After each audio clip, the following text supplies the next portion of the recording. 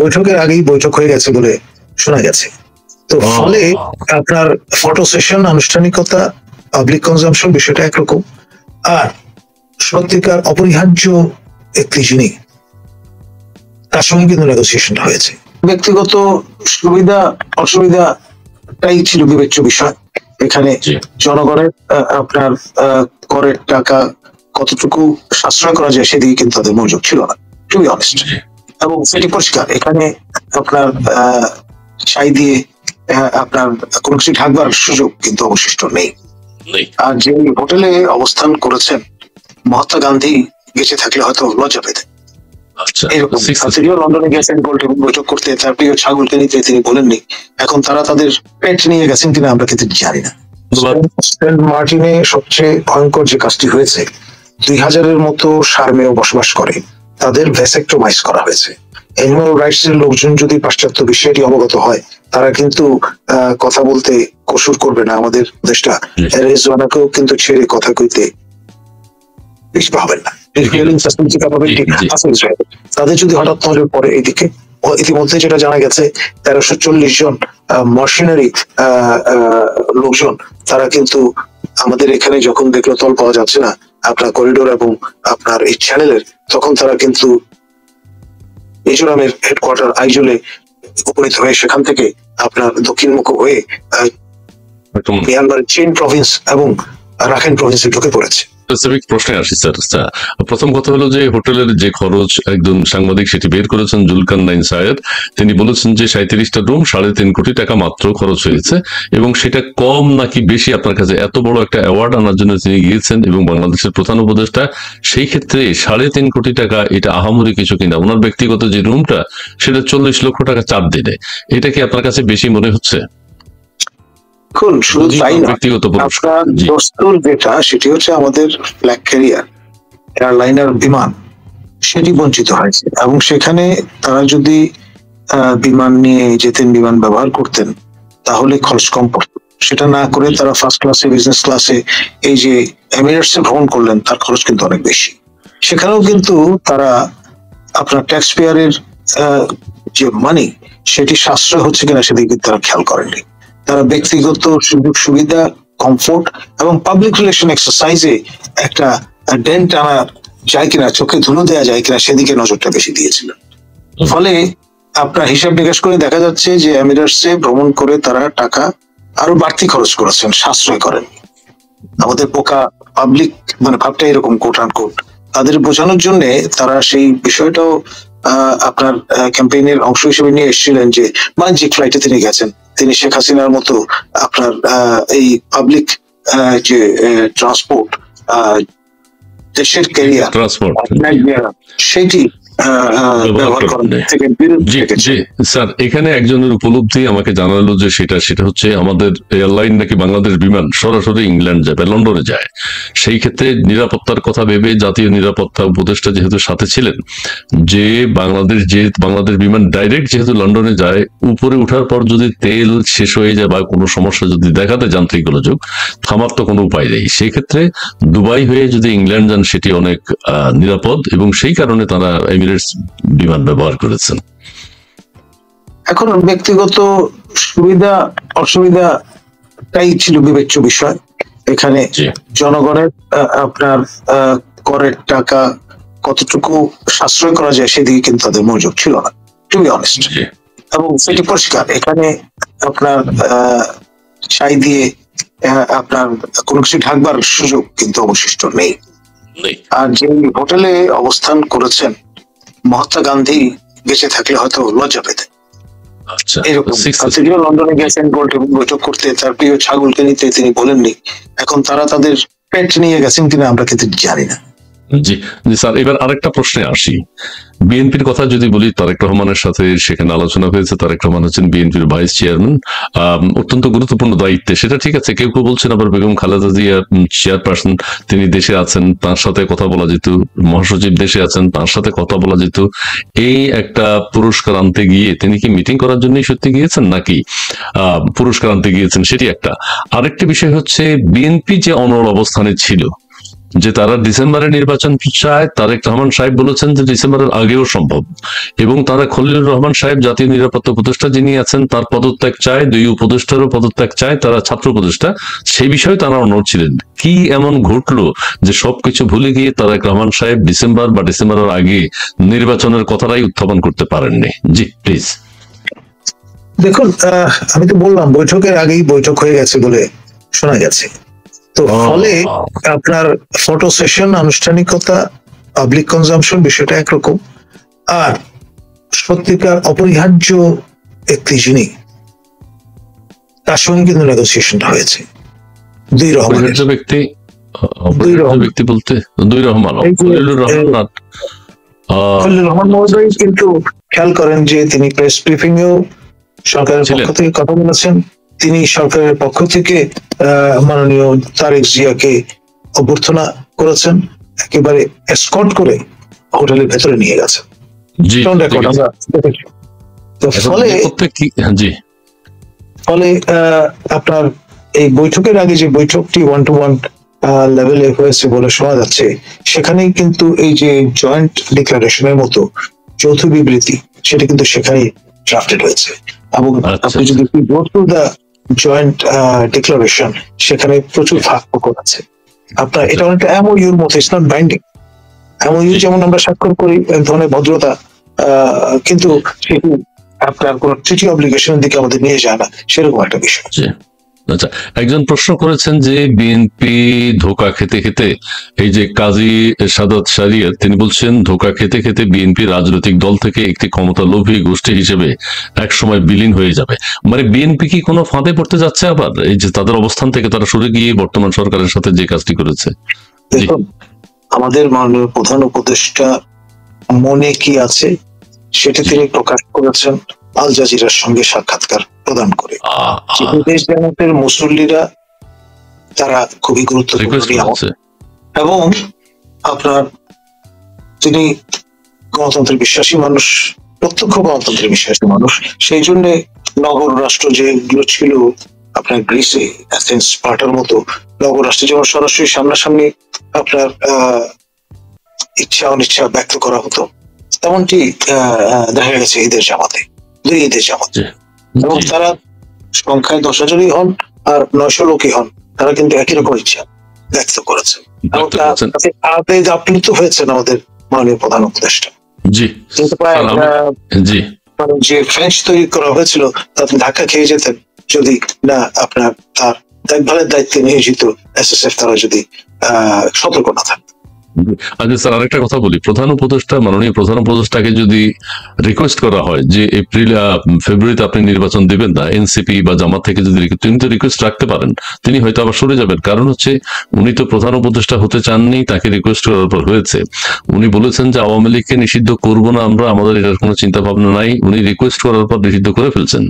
উনি রিকোয়েস্ট করার পর যে পদত্যাগ করতে চেয়েছেন, সেই পদত্যাগ থেকে তিনি সরে এসেছেন। কয়েকজন রিকোয়েস্ট করেছে তাকে আপনি যে ঈদের জামাতের কথা বলেন, ঈদের জামাতে 3-4 জন করে প্রতি ঈদে আমরা দেখি তাকে 5-6 বছর থাকার জন্য রিকোয়েস্ট করে। তিনি এখন যদি তাদের রিকোয়েস্ট রাখতে চান, তাহলে কি এই বিএনপির সাথে যে সিদ্ধান্তটি হলো এখানে তিনি অনড় থাকবেন? তাকে তো রিকোয়েস্ট করার বহু কিছু আছে। তার যমুনাতে যে এনসিপি তারা নাকি এটা প্রত্যাখ্যান করেছে। এখন তারা যদি যমুনাতে আবার আন্দোলন শুরু করে 140 ধারা ভেঙে, তখন কি সেই রিকোয়েস্ট তিনি রাখবেন আবার? তার অবস্থান তিনি অনড় থাকবেন কিনা? জি, তার এমপ্লয়ার যারা, তারাই কিন্তু মুখ্য নিয়ামক এখানে, সেই 6 জন।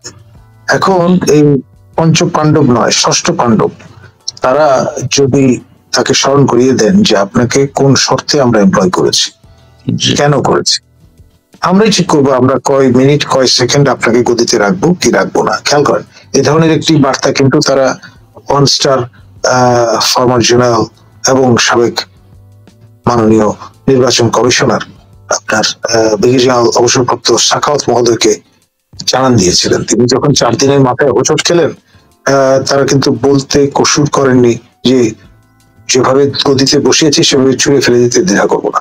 তারা কিন্তু খুব চাচ্ছলা ভাষায় কথা বলতে অভ্যস্ত।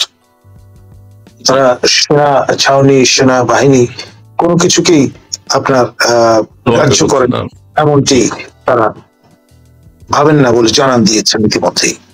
আচ্ছা, আমি আরেকটি কথা বলতে চাই স্যার, এখানে কি আমরা অল্প কিছুক্ষণের মধ্যে শেষ করব, আমরা আরেকটি কথা বলতে চাই, সেটা হচ্ছে জামাত এবং এনসিপি কে কি এখানে উপেক্ষা করা হয়েছে আপনার মনে হচ্ছে এরকম কিছু?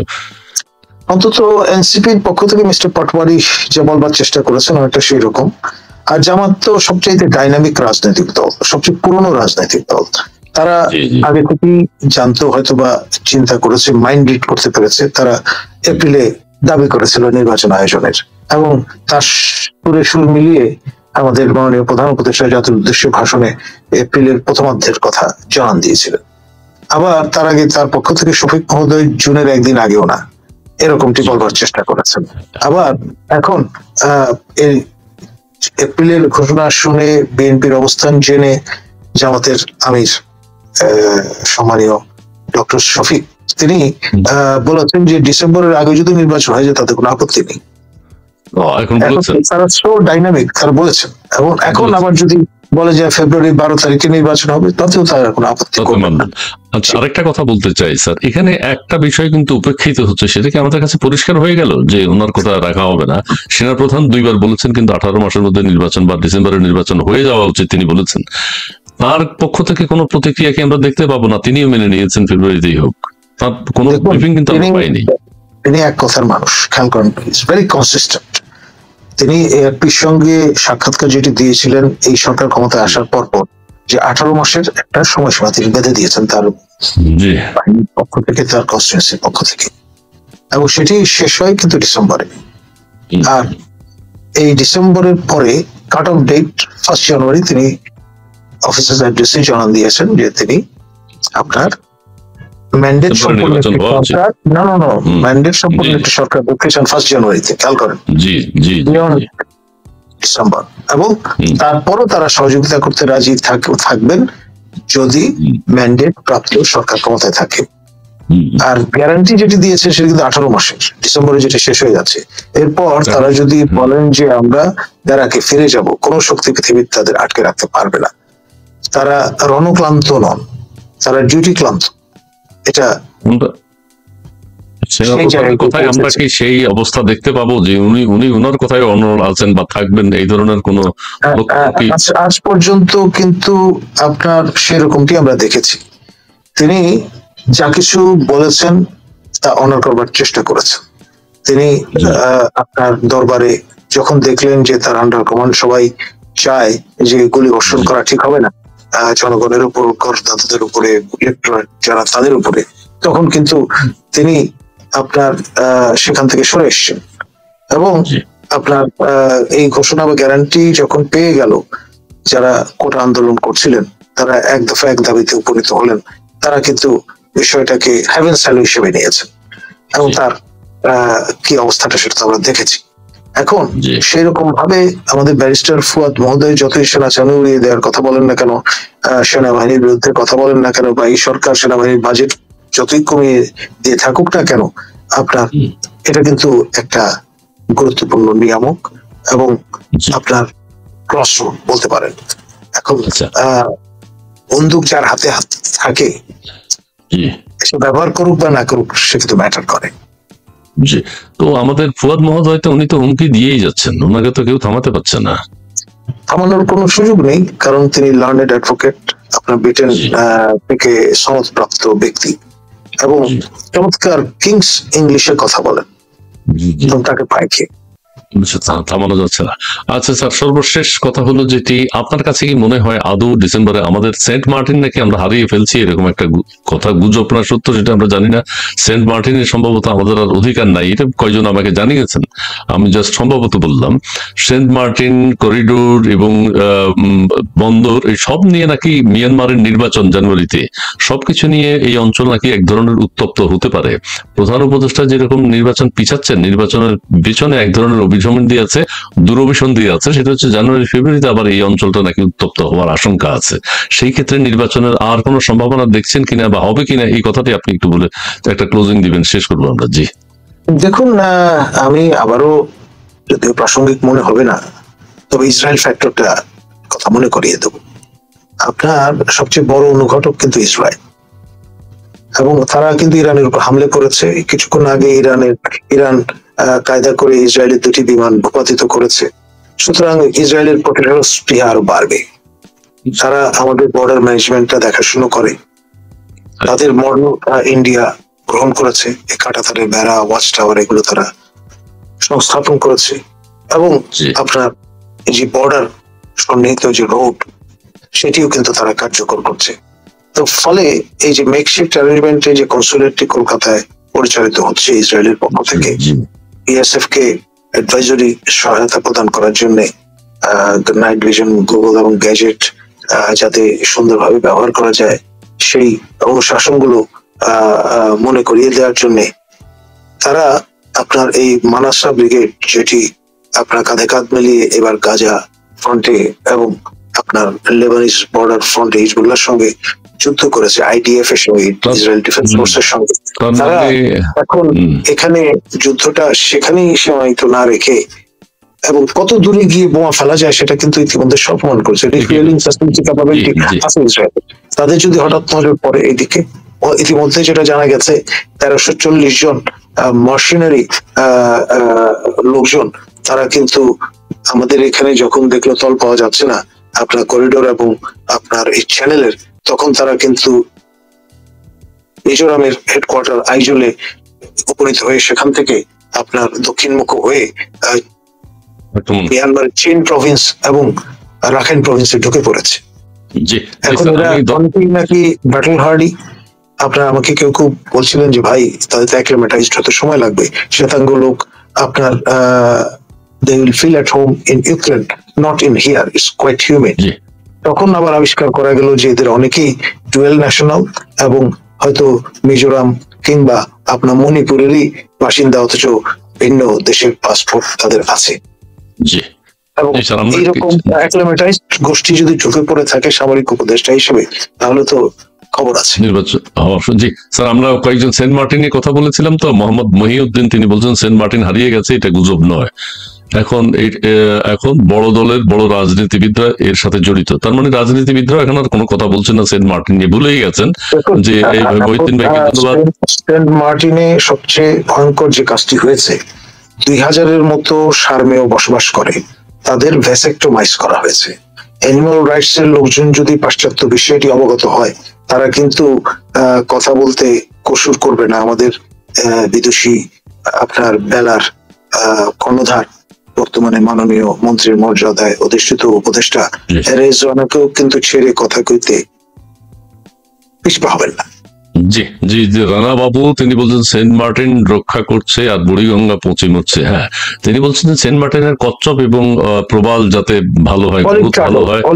জি, ও টার্টল, হ্যাঁ সেটা চেষ্টা করছেন, কিন্তু বুড়িগঙ্গা পচে মরছে। আচ্ছা, ধন্যবাদ আপনাকে। শরীফ আহমেদ তিনি বলছেন দালাল ইসমাইল আওয়ামী লীগের দোসর চাটুকার দালাল। ও আচ্ছা, যে ভাই তবু আপনি দেখেন আপনাকে ধন্যবাদ, আমাদের লাইভটি দেখছেন। আপনাকে ফ্যাসিবাদের দোসর বলেনি, না না, শব্দগুলো এমনি সুন্দর আছে। দালাল শব্দটা খুব প্রচলিত এখন। এইটা দালাল শব্দটা তো মুসল্লিরাও ব্যবহার করেছেন এবার এই ঈদুল আজহার ময়দানে। প্রফেসর ইউনূসকে তারা বলেছেন খবরদার দালালদের কথা শুনবেন না। আপনি তা তো বলেছে, আমাদের কথা আমার প্রমোশন আছে। দালাল শব্দটা যদি ইংরেজিতে বললে স্যার এজেন্ট হয় না, এজেন্ট না। দেখুন আমাদের সেই জব চার্নকের আমল থেকে এই বৈঠকখানা রোডে যে শব্দগুলো আবিষ্কৃত হয়েছে, একটা হচ্ছে আমলা, একটা ফয়লা। এই ফয়লা এক ধরনের বেনিয়ান, দালাল, ব্রোকার, এবং দালাল কিন্তু খুব আপনার সম্মানজনক উপাধি। আপনার এই যে ওসমান দালালের কথা বলা হতো, পাটের ব্যবসা ইত্যাদি কারণে এই প্রাচ্যের ডান্ডি বলে পরিচিত আপনার নারায়ণগঞ্জে সবচেয়ে সম্ভ্রান্ত পরিবার এই খান সাহেব ওসমান, যার নামে স্টেডিয়াম আছে আপনার নারায়ণগঞ্জ। আরেকটা বিষয় যদি একটু বলি, একটু সংক্ষেপে শুধু বলে দিবেন, এই যে ধরেন আওয়ামী লীগের নেতা, বিশেষ করে আওয়ামী লীগের সাধারণ সম্পাদক, এটা 2-1 মিনিটের মধ্যে শেষ করবো, আমরা শেষ করে দেবো। সাধারণ সম্পাদক যেভাবে ইন্টারভিউ দিচ্ছেন বা যে কথাগুলো বলছেন, এইগুলো কি সময় উপযোগী বা বাস্তবসম্মত বা কর্মীদেরকে উৎসাহিত করবে বা আওয়ামী লীগকে সংগঠিত করবে, এই ধরনের কথা হচ্ছে, নাকি কিভাবে দেশ ছাড়লেন, কিভাবে আত্মরক্ষা করলেন, এই কথাগুলো বলে একটা বেফাস কথাবার্তা বলছেন? কি মনে হয় আপনার? 2-1 লাইনে একটু বলবেন। দেখুন এটা নিয়ে তরুণ তুর্কি আওয়ামী লীগের নেতা আপনার রাশেক রহমান বিস্তৃত ব্যাখ্যা দিয়েছেন, সুতরাং তার পুনরাবৃত্তি আমি করতে চাই না।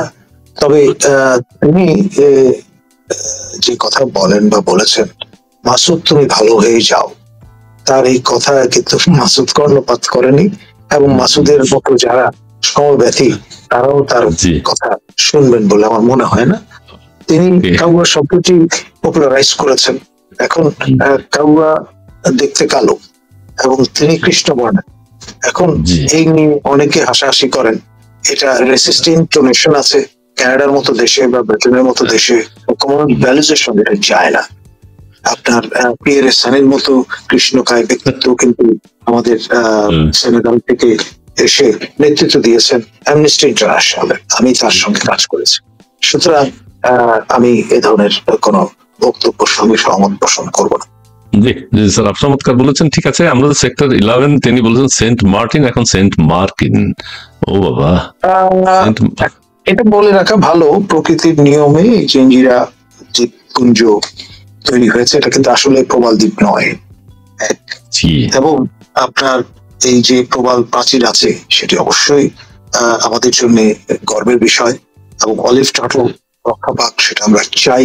আমি নিজের হাতে এই মিলিনিয়ামের প্রথম সূর্যোদয়ের সময় অলিভ টার্টল অবমুক্ত করেছি, আপনার তারা যাতে বঙ্গোপসাগরে ইনস্টিংক্ট গাইড হয়ে অবগাহন করতে পারে।